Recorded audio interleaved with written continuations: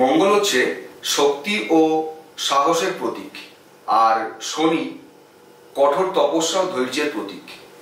তো এই দুটো গ্রহ অর্থাৎ শনি আর মঙ্গল যদি কোনো জাতক জাতিকার জন্মছকে একত্রিত হয় বা কোনো না কোনো সম্বন্ধ করে, তাহলে তার কি শুভ প্রভাব বা অশুভ প্রভাব আমরা পেতে পারি তা নিয়ে আজকে আলোচনা করব। সবার আগে আপনাদের সকলকে জানাই প্রণাম। আজকে ভিডিওটা শুরু করতে চলেছি। আমাদের মঙ্গল হচ্ছে আমাদের রাশিচক্রের 7টি গ্রহের মধ্যে একটি নৈসর্গিক অশুভ গ্রহ। কিন্তু অশুভ গ্রহ মানে যে মঙ্গল সবসময় আমাদের জীবনে অশুভ প্রভাব নিয়ে আসবে তা কিন্তু না। মঙ্গলের কিছু শুভ দিক আছে এবং কিছু অশুভ দিকও আছে প্রত্যেকটি গ্রহের। যেমন বৃহস্পতি একটি নৈসর্গিক শুভ গ্রহ, কিন্তু তা সত্ত্বেও বৃহস্পতির কিছু খারাপ দিকও আছে, আবার কিছু ভালো দিকও আছে। তো মঙ্গল যদি কোনো জাতক জাতিকার জন্মছকে দুর্বল হয়ে থাকে, তাহলে সে একাধিকবার বিভিন্ন রোগে ভুগতে পারে। মঙ্গল দুর্বল হলে তার কর্মক্ষেত্রে সমস্যা আসতে পারে। মঙ্গল দুর্বল হলে তার পারিবারিক ক্ষেত্রে অশান্তি আসতে পারে। ঠিক তেমনি যদি কোনো জাতক জাতিকার জন্মছকে শনি আর মঙ্গল একই সঙ্গে যুক্ত হয়, যে কোনো ক্ষেত্রে যে কোনোভাবে যদি শনি মঙ্গল একসঙ্গে যুক্ত হয়, তখন তাকে বলা হয় ঘাতক যোগ। ঘাতক যোগ মানে ঘাত প্রতিঘাত আমাদের জীবনে লেগেই থাকে এই শনি মঙ্গল কনজাংশন করলে। এই শনি মঙ্গল কনজাংশন করলে পড়ে যাওয়া, কেটে যাওয়া, চোট লাগা, অ্যাক্সিডেন্টাল কানেকশন, অপারেশন যোগ থাকে। বিশেষ করে যদি শনি ও মঙ্গল কোনো জাতক জাতিকার জন্মছকে মেষ রাশিতে অবস্থান করে। মেষ রাশি হচ্ছে আমাদের কালপুরুষের মাথাকে নির্দেশ করে। তো সেই মেষ রাশিতে মঙ্গল ভীষণ পাওয়ারফুল, কারণ মেষ রাশি হচ্ছে মঙ্গলের নিজস্ব স্থান, এবং শনি মেষ রাশিতে দুর্বল হয় অর্থাৎ নিচস্থ হয়। তো সেক্ষেত্রে যদি আমরা দেখি কখনো কখনো কোনো জাতক জাতিকার জন্মছকে শনি ও মঙ্গল মেষ রাশিতেই বসে আছে এবং তাদের ডিগ্রি 7.5 ডিগ্রির মধ্যে ম্যাচ করে গেছে। ডিগ্রিটাও কিন্তু বিশেষ গুরুত্বপূর্ণ, কারণ 7.5 ডিগ্রি বেশি হয়ে গেলে দুটো গ্রহের মধ্যে সংযোগের যে মাত্রা সেটা কিন্তু অনেকটা কমে যায়। তো সেক্ষেত্রে যদি দেখা যায় যে কোনো জাতক জাতিকার মেষ রাশিতে শনি আর মঙ্গল 7.5 ডিগ্রির মধ্যে কনজাংশন করছে, তাহলে সেই জাতক জাতিকার পড়ে গিয়ে চোট লাগা, বিশেষ করে মাথায় চোট লাগার সম্ভাবনা আছে। ব্রেন টিউমার হতে পারে। তারা প্রচন্ড রাগী বা জেদি প্রকৃতির হয়ে থাকে, একগুঁয়ে প্রকৃতির হয়ে থাকে, এবং জীবনে হঠকারিতার বশে এমন কোনো সিদ্ধান্ত নেয় যার ফলে তাদের সারা জীবনটা বিপর্যস্ত হতে পারে। ঠিক তেমনি শনি আর মঙ্গল যদি মকর রাশিতে একসঙ্গে যুক্ত হয়, তাহলে কি হতে পারে?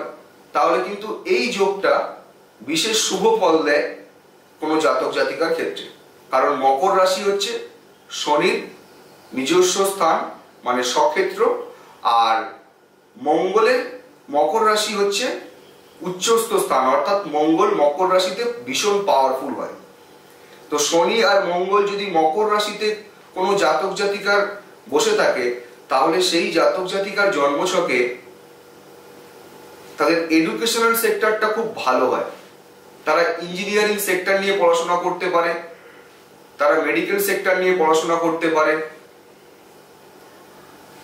তো এই যে শনি মঙ্গল একসঙ্গে যুক্ত হলো, যুক্ত হওয়ার পরে কিছু শুভ ফল দিচ্ছে বা কিছু অশুভ ফলও দিচ্ছে আমাদের। কিন্তু এই শনি বা মঙ্গলের দৃষ্টি সবসময় আমাদের জন্য ক্ষতিকারক, কারণ শনি হচ্ছে একটা স্লো মুভমেন্ট প্ল্যানেট। অর্থাৎ শনি যদি কোনো স্থানে দৃষ্টি দেয়, সাপোজ কোনো জাতক জাতিকার নবম স্থানে শনির দৃষ্টি, নবম স্থান মানে ভাগ্যস্থান, অর্থাৎ সেই ভাগ্যস্থানে যদি শনির দৃষ্টি থাকে, তাহলে তাদের ভাগ্যের উন্নতিতে অর্থাৎ জীবনের যে কোনো শুভ কার্যে বাধা সৃষ্টি হয়। তার জীবনে সবকিছুই ভালো হয়, কিন্তু অনেক দেরিতে হয়। আজকে এমন একটি রাশি নিয়ে আলোচনা করব, একটি জাতিকার জন্মছক আমি দেখেছি। তার ডেট অফ বার্থ হচ্ছে 19 মে 1976, দুপুর 2:45 জন্ম হয়েছে।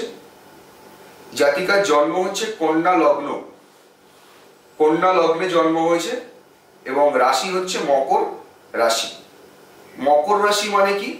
মকর মানে কচ্ছপ, অর্থাৎ মকর রাশির জাতক জাতিকারা খুব স্লো চলে, তাদের মুভমেন্ট খুব স্লো হয়, কিন্তু তাদের মধ্যে একাগ্রতা অনেক বেশি থাকে। মকর রাশির মানুষ বদনামের কাজ না করেও বদনামের ভাগিদার হতে হয় তাদেরকে। তো এখানে কন্যা লগ্ন সাপেক্ষে পঞ্চম স্থান অর্থাৎ মকর রাশির মালিক হচ্ছে শনি। শনি কোথায় বসে আছে? শনি বসে আছে একাদশ স্থানে। একাদশ মানে প্রাপ্তি। একাদশ স্থানে যে কোনো গ্রহ তার নিজের মতন কিছু প্রাপ্তি দেয়। অর্থাৎ শনি কি প্রাপ্তি দেবে? শনি আমাদেরকে কঠোর তপস্যা দেয়, আমাদের মধ্যে স্পিরিচুয়ালিটি দেয়। তো সেই শনি 5th হাউস আর 6th হাউসের লর্ড হচ্ছে শনি। এই কন্যা লগ্নের সাপেক্ষে শনি কর্কট রাশিতে একাদশ স্থানে বসে আছে। সুতরাং জাতিকা জীবনে সুপ্রতিষ্ঠিত, তার কখনো কোনো কিছুর অভাব তেমন ভাবে নেই। এবং সেই মকর রাশিতে শনির দৃষ্টি আছে। এছাড়াও এই কন্যা লগ্ন সাপেক্ষে এই জাতিকার অষ্টম স্থানের লর্ড হচ্ছে মঙ্গল। অষ্টম মানে কি? অষ্টম মানে হচ্ছে আমাদের জীবনের যাবতীয় দুঃখ, বাধা, বিপর্যয়, মৃত্যুকে কল্পনা করা হয় অষ্টম স্থান থেকে। তো সেই অষ্টম স্থানের লর্ডও কিন্তু মঙ্গল।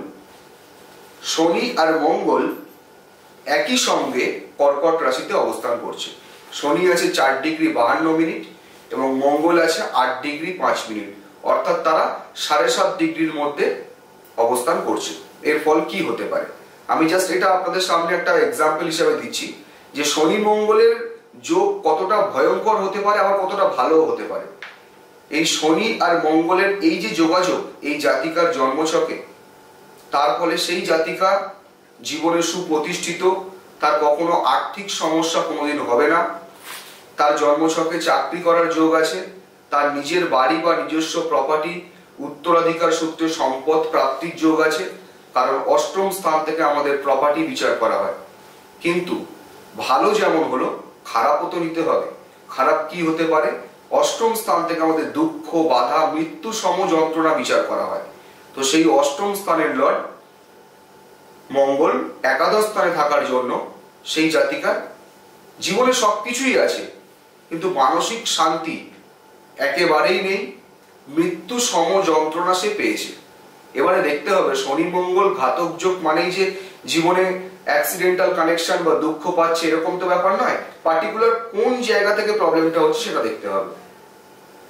তো এক্ষেত্রে দেখা যাচ্ছে যেহেতু কন্যা লগ্ন সাপেক্ষে 5th হাউসের লর্ড শনি মঙ্গলের সঙ্গে যুক্ত। 5th হাউস মানে কি?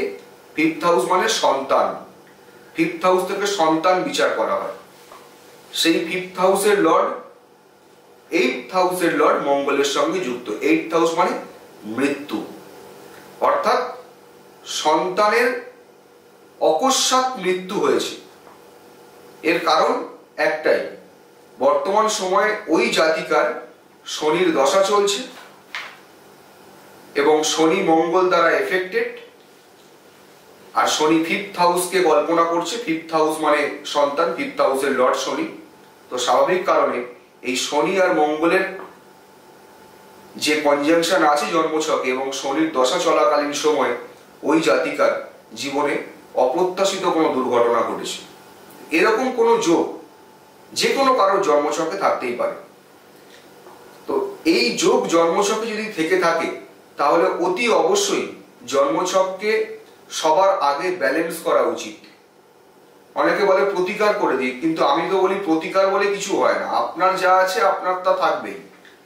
আমি শুধু কি করতে পারি, আপনার জন্য যে সমস্ত শুভ গ্রহ তারা যদি দুর্বল থাকে, তারা যদি কোনো অশুভ গ্রহের সঙ্গে সংযোগ করে থাকে, তো সেক্ষেত্রে সেই গ্রহকে ব্যালেন্স করতে হয়। আর জন্মছক সাপেক্ষে কখনোই কারোর 3 থেকে 4খানা জেমস্টোন অ্যাকচুয়ালি লাগে না। যখন যে সময় চলে, যখন যার যে দশা চলে, সেই দশা সাপেক্ষে তার সেই গ্রহকে পাওয়ারফুল করতে হয়। এই শনি আর মঙ্গল তাকে জীবনে প্রচন্ডভাবে প্রতিষ্ঠিত করেছে। তার আর্থিক সমস্যা কোনো অংশেই নেই, কিন্তু শনি মঙ্গলের যোগ থাকা মানে তার জীবনে এমন কোনো দুর্ঘটনা ঘটার সম্ভাবনা থাকবেই থাকবে। এবারে এই যে শনি আর মঙ্গল যদি কারো জন্মছকে যুক্ত হয় এবং সেই শনি মঙ্গলের উপরে যদি বৃহস্পতির দৃষ্টি থাকে, তাহলে জানতে হবে সেই শনি মঙ্গলের অশুভ প্রভাব আপনাদের জীবনে কিছুটা হলেও কমবে। সুতরাং শনি মঙ্গলের যোগকে কখনোই এড়িয়ে যাওয়া উচিত না। শনি মঙ্গলের যোগকে যদি আপনাদের জন্মছকে যদি শনি আপনার জন্য শুভ গ্রহ হয় বা যদি মঙ্গল শুভ গ্রহ হয়, তাহলে এই শনি মঙ্গলের যোগ যদি থাকে দশা সাপেক্ষে, যদি শনি আপনার জন্য শুভ গ্রহ হয় তাহলে সেক্ষেত্রে শনিকে পাওয়ারফুল করা উচিত, বা মঙ্গল যদি শুভ গ্রহ হয় তাহলে মঙ্গলকে সবার আগে পাওয়ারফুল করা উচিত। তো আজকে ভিডিওটা এই পর্যন্তই। যদি আপনাদের ভালো লেগে থাকে তাহলে অবশ্যই ভিডিওটা লাইক করবেন, শেয়ার করবেন, আর আপনাদের কোনো প্রশ্ন থাকলে অবশ্যই কমেন্ট করে আমাকে জানাবেন। দেখা হচ্ছে পরের ভিডিওতে। সবাই ভালো থাকবেন, সুস্থ থাকবেন।